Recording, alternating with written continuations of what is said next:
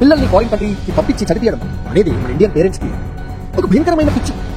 Yes, అదొక పిచ్చి. ఎందుకంటే ఈ స్టోరీ మీకు అర్థమైంది.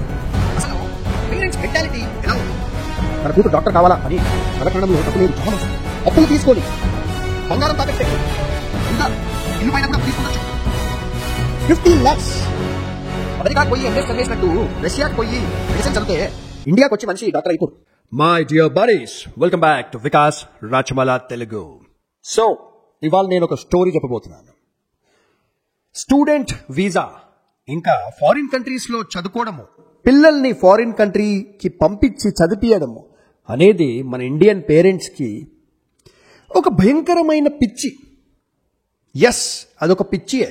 ఎందుకంటే ఈ స్టోరీలో మీకు అర్థమవుతుంది అసలు పేరెంట్స్ మెంటాలిటీ ఎలా ఉంది. ఎందుకంటే మనకు గోల్స్ ఉండడం మంచిది, అంబిషన్ ఉండడం మంచిది, మన పిల్లలు సక్సెస్ఫుల్ కావాలా అని కోరుకోవడం మంచిది. కానీ గుడ్డిగా పిచ్చిగా పిల్లల గురించి కలలు కనడం కూడా మంచిది కాదు. సో ఈ స్టోరీలో నేను ఏం చెప్పబోతున్నానంటే, ఒక ఫాదర్ అంటే ఆ పర్సన్ మాకు తెలిసిన పర్సనే. So okay, let's start the story. ఒక పర్సన్, అతని ఏజ్ ఒక 55 years ఉంటుంది ఇప్పుడు అట్ ప్రెసెంట్. అతను లాస్ట్ మోర్ దెన్ 30 years నుంచి నాన్ స్టాప్ గా పనిచేస్తున్నాడు. ఒక 30 ఏళ్ల క్రితం 1990s లో ఒక కార్పొరేట్ కంపెనీలో ఆఫీస్ బాయ్ లా పనిచేసేవాడు. అతని జీతం ఒక 1500 రూపీస్ ఉంటుండే. ఎన్నో ఇయర్స్ ఆ కార్పొరేట్ కంపెనీలో పనిచేశాడు. దాని తర్వాత ఆ కార్పొరేట్ కంపెనీ క్లోజ్ అయిపోయింది. సో అతను జాబ్ పోయింది, బయట ఎక్కడ జాబ్ దొరకలేదు. సో అతను చేపలు అమ్ముకోవడం స్టార్ట్ చేశాడు. Fish, great, very nice. So road పక్కన ఫిష్లు అమ్ముకోవడము అలా అలా కొద్దిగా గ్రో అయ్యాడు లైఫ్లో. ఇంకా ఒక డిగ్నిఫైడ్ ఇన్కమ్ సంపాదించే స్టేజ్కి వచ్చాడు. కొన్ని లక్షల రూపాయలు జమ చేశాడు. Great, I salute him. ఇప్పుడు ఏం జరిగిందంటే వాళ్ళ డాటర్ని డాక్టర్ చెయ్యాలని ఇతనికి ఒక కళ. మంచిది, ఎక్సలెంట్. డాక్టర్స్ ఈ ప్రపంచంకి చాలా ఇంపార్టెంట్, మన కంట్రీకి ఇంపార్టెంట్, మనకి ఇంపార్టెంట్. ఇంకా తన కూతురు డాక్టర్ కావాలా అని కళ కనడంలో తప్పు లేదు, చాలా మంచిది. కానీ ఇక్కడ జరిగింది ఏంటంటే తన కూతురు ఇండియాలో ట్రై చేసింది, మెడిసిన్లో సీటు దొరకలేదు. సో ఇప్పుడు తన కూతురు ఏమైనా డాక్టర్ కావాలి తప్పకుండా అనేసి అతని జీవితమంతా సంపాదించిన డబ్బు ప్లస్ అప్పులు తీసుకొని బంగారం తాకట్టు పెట్టి ఇంకా ఇల్లు పైన కూడా అప్పు తీసుకుండొచ్చు. 50 lakhs క్యాష్ రెడీ చేశాడంట. 50 lakhs క్యాష్.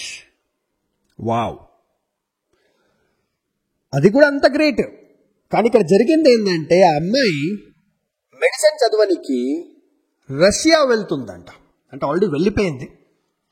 సో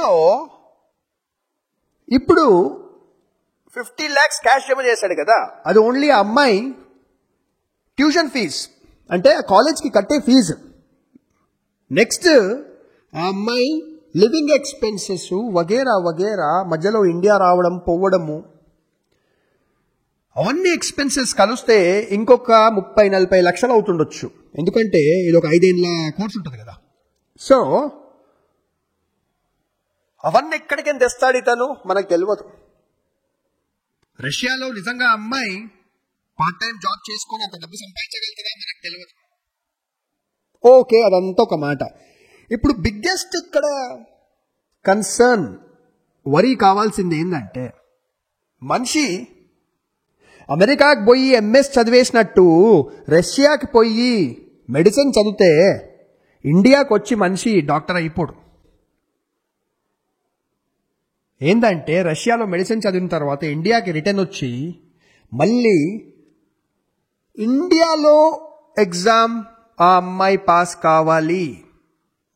ఇండియాలో మళ్ళీ ఎగ్జామ్ పాస్ అయిన తర్వాతనే ఇండియాలో ఆ అమ్మాయి డాక్టర్ లాగా ప్రాక్టీస్ చేయగలుగుతుంది, తనకు జాబ్ రావచ్చు, లేకపోతే క్లినిక్ పెట్టుకోగలుగుతుంది, దాని తర్వాత అమ్మాయి డబ్బులు సంపాదించగలుగుతుంది. సో ఇంజనీరింగ్ లాగా మెడిసిన్ అనేది యూనివర్సల్ సబ్జెక్ట్ కాదు. ఇంజనీరింగ్ ఏంటంటే నువ్వు ప్రపంచంలో ఎక్కడ చదువుకున్నా ఎక్కడ కూడా పోయి జాబ్ చేసుకోవచ్చు.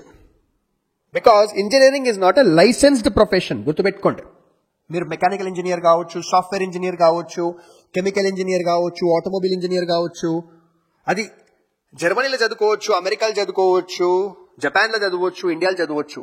కానీ చదివిన తర్వాత ఆ డిగ్రీతోని మీరు ఎక్కడ కూడా జాబ్ తెచ్చుకోవచ్చు. ఎందుకంటే ఆ డిగ్రీ తర్వాత మళ్ళీ మీకు ఒక లైసెన్స్ అవసరం ఉండదు.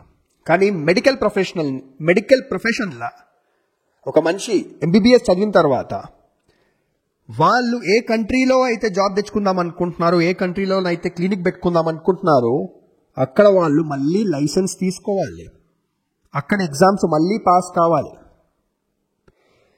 సో ఇక్కడ స్టాటిస్టిక్స్ చూస్తే రష్యా వెళ్ళి మెడిసిన్ చదివిన తర్వాత ఇండియాకి రిటర్న్ వచ్చి చాలా తక్కువ మంది యాక్చువల్లీ ఇండియా ఎగ్జామ్ మళ్ళీ పాస్ కాగలుగుతారు. చాలా తక్కువ మంది ఇండియాలో లైసెన్స్ తీసుకొని ఒక కొద్దో గొప్ప సక్సెస్ఫుల్ డాక్టర్ కాగలుగుతారు. So the risk is very very very high.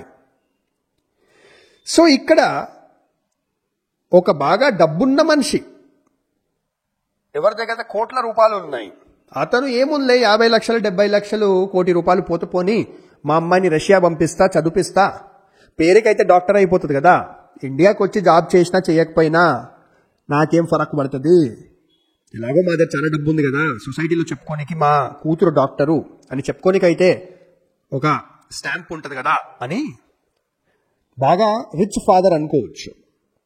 కానీ ఇక్కడ ఇతను జీవితాంతం కష్టపడి మోర్ దెన్ 30 years కష్టపడి ఇప్పుడు కూడా అతను చేపలే అమ్ముకుంటున్నాడు, చాలా మంచిది. కానీ ఈవెన్ నౌ అతనికి ఒక ఎస్టాబ్లిష్డ్ బిజినెస్ లేకపోతే కూర్చొని డబ్బులు ఎక్కడికైనా వస్తలేవు. సో అతను ఒక్క అమ్మాయిని చదివియనికి మొత్తం ఫ్యామిలీని రిస్క్లో వేసేసాడు. సరే, ఇప్పుడు ఆ అమ్మాయి రష్యాకి వెళ్ళి చదువుకున్న తర్వాత తప్పకుండా తనకి డాక్టర్ జాబ్ దొరుకుతుందా ఇండియాలో అని గ్యారంటీ లేదు. రష్యాలో దొరుకుతుందా? అక్కడ ఇట్లా కుప్పల మంది ఉన్నారంట రష్యాలో ఎంబీబీఎస్ చేసిన వాళ్ళు ఇండియన్స్కి ఎందుకు ఇస్తారు డాక్టర్ జాబ్? సో మళ్ళీ ఆ అమ్మాయి ఇండియాకి తిరిగి రావాల్సిందే. ఇండియాకే కాదు, ఆ అమ్మాయి ఏ కంట్రీకి పోయి నేను డాక్టర్ లాగా జాబ్ చేస్తా అన్న ఆ కంట్రీ మళ్ళీ ఎగ్జామ్స్ పాస్ కావాలా, ఆ కంట్రీలో లైసెన్స్ తీసుకోవాలి. సో ఇక్కడ ఈ స్టోరీకి అసలు ఈ స్టోరీతోని మనం అర్థం చేసుకోవాల్సింది ఏంటంటే, ఇండియాలో పేరెంట్స్ పిల్లలని నేను అమెరికా పంపించేస్తా ఎంఎస్ చేయడానికి, రష్యా పంపించేస్తా డాక్టర్ చదవనికి, జర్మనీ పంపించేస్తా వేరేదేదని చదువుకోనికి కలలు కనడం మంచిదే. కానీ మొత్తం మీరు జీవితం అంతా సంపాదించింది ఆ పిల్లల పైన ఖర్చు పెట్టడం మంచిది కాదు. ఎందుకంటే మీ పైన మీ సొంత రెస్పాన్సిబిలిటీ కూడా ఉంది. యాజ్ ఎ హ్యూమన్ మీరు జీవితాంతం కష్టపడి మీరైతే డబ్బు జమ చేసుకున్నారు, మీకు రిటైర్మెంట్ తర్వాత వచ్చిన డబ్బు, మీరు కట్టిన ఇల్లు,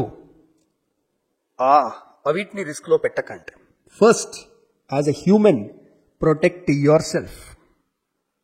ఇప్పుడు ఆ అమ్మాయి నిజంగానే రష్యాలో పోయి డాక్టర్ అయిపోయి ఇండియాకి వచ్చి కూడా పేపర్లో పాస్ అయిపోయి ఇండియన్ లైసెన్స్ తీసేసుకొని ఇండియాలో డాక్టర్ అయిపోయిన తర్వాత ఫాదర్కి ₹1 ఇవ్వలేదనుకో, మ్యారేజ్ చేసేసుకొని తన లైఫ్ తను చూసుకుంటుంది అనుకో, అప్పుడు ఏంది గతి ఆ ఫాదర్ది?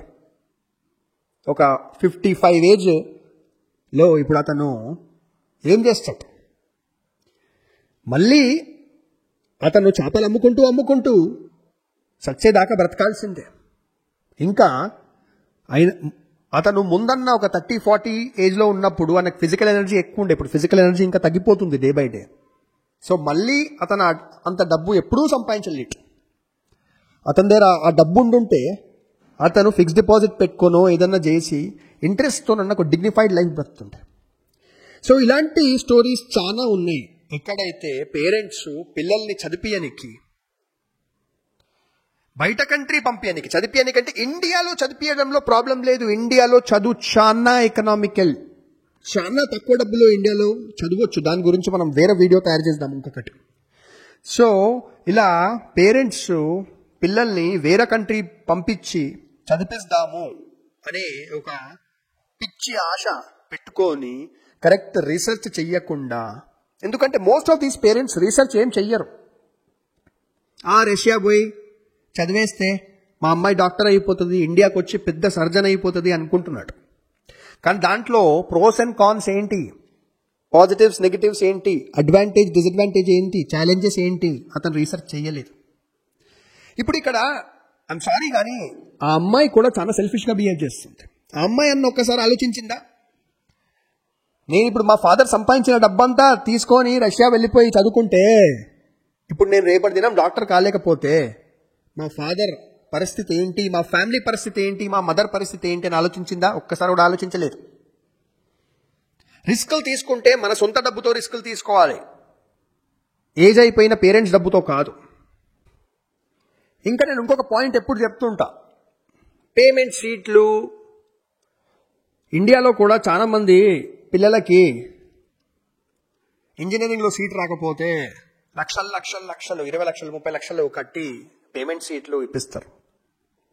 ఇండియాలో పిల్లలకి మెడిసిన్లో సీట్ రాకపోతే ఒక 1 year 2 years చదువు మానిపించి ఇంట్లో కూర్చోబెట్టి ఎగ్జామ్కి ప్రిపరేషన్ చేపిస్తారు. ఫస్ట్ ఒకటి గుర్తుపెట్టుకోవాలి ఏంటంటే, పేరెంట్స్ కష్టపడి చదివితే మీకు సీట్లు వచ్చేస్తాయి, కష్టపడి చదివితే మీరు ఒక మంచి ప్రొఫెషనల్ అయిపోతారు అనేది ఒక పెద్ద మిత్. ఎవరికైతే సైన్స్ అర్థమవుతుంది, బయాలజీ అర్థమవుతుంది, ఇప్పుడు ఎవరైనా డాక్టర్స్ ఎవరైనా చూస్తుంటే కూడా, సైంటిస్టులు చూస్తుంటే కూడా చెప్పగలుగుతారు ఏంటంటే ఎవ్రీ హ్యూమన్ ఇస్ డిఫరెంట్. ఈ ప్రపంచంలో అన్నిటికంటే పెద్ద అబద్ధం ఏంటంటే all humans are made equal, మనమందరం ఈక్వలే, మనమందరం ఒక్కటే అంటారు కదా, అది అబ్సల్యూట్ నాన్సెన్స్. మనమందరం పుట్టినప్పుడు మన జెనెటిక్ కోడ్ అనేది ఒకటి ఉంటుంది. ఆ జెనెటిక్ కోడ్లో మనందరికీ వేరే వేరే స్పెషాలిటీస్ ఉంటాయి. ఒక్కరికి అకాడమిక్ స్పెషాలిటీ ఉంటుంది. జనరల్గా బుక్కులు చదివి కాంపిటేటివ్ ఎగ్జామ్లు పాస్ కావడము, మెడిసిన్లో సీట్ తెచ్చుకోవడము, ఇంజనీరింగ్లో సీట్ తెచ్చుకోవడము, అవన్నీ వాళ్ళకి కొద్దిగా ఈజీ ఉంటాయి. కొంతమందికి ఆర్ట్స్ క్రియేటివ్ ఫీల్డ్ ఈజీ ఉంటుంది, కొంతమందికి టెక్నికల్ మెకానికల్ ఫీల్డ్ ఈజీ ఉంటుంది. సో ఇలా నేచర్ దేవుడు మనందరికీ ఒక్కొక్క స్కిల్ ఇచ్చి పుట్టించాడు. లేకపోతే అందరికి ఒకటే స్కిల్ ఇస్తే ఈ సొసైటీ నడవదు కదా. అందరం డాక్టర్స్ అయిపోతే నడుస్తుందా? డాక్టర్స్ ఆపరేషన్ చేయనీకు ఏదైతే ఎక్విప్మెంట్ ఉంటుంది అది ఎవరు తయారు చేస్తాడు? సో మనుషులకు రకరకాల స్కిల్స్ ఉండాలి, అప్పుడే ఈ సొసైటీ నడవగలుగుతుంది. సో రకరకాల స్కిల్స్ ఉండాలంటే మనం పుట్టడమే ఆ జెనెటిక్ కోడ్తో పుట్టాలి. కానీ అన్ఫార్చునేట్లీ ఇండియాలో మన పిల్లలని గట్టి కూర్చోబెట్టేసి ఇంట్లో చదువురా, చదువు చదువు చదువు చదువు గట్టిగా చదువు, నువ్వు ఇంజనీర్ అయిపోతావు, గట్టిగా చదువు, నువ్వు డాక్టర్ అయిపోతావు అని అంటూ ఉంటారు. అది కాదు. నాకు తెలిసిన చాలా మంది ఉన్నారు పేరెంట్స్ వాళ్ళ డాటర్స్ని ఇంటర్ తర్వాత మెడిసిన్లో సీట్ రాకపోతే, ఎగ్జామ్లో క్వాలిఫై కాకపోతే ఇంట్లో కూర్చోబెట్టి 1-2 years కూడా స్పెషల్ కోచింగ్లు ఇప్పించారు. అయినా దాని తర్వాత కూడా వాళ్ళు క్వాలిఫై కాలేదు. సో అలాంటప్పుడు అర్థం చేసుకోవాల్సింది ఏంటంటే మీ అమ్మాయికి యాప్టిట్యూడే లేదు. మెడిసిన్ ఒక డాక్టర్ కానీకు మీ అమ్మాయికి యాప్టిట్యూడ్ లేదు. She is made for something else. So దానిపైన మీరు ఫోకస్ చేయండి. సో ఈ వీడియోని అందరు పేరెంట్స్కి పంపించండి. అండ్ ఐ హోప్ పేరెంట్స్కి అర్థమవుతుంది ఏంటంటే మీ కిడ్లో ఉన్న స్పెషాలిటీ వెతకండి. కానీ ఏదో బాగా డబ్బులు ఖర్చు పెట్టేద్దాము, దాని తర్వాత వీళ్ళు ఏదో ఒక ప్రొఫెషనల్ అయిపోతారు అనుకోకండి.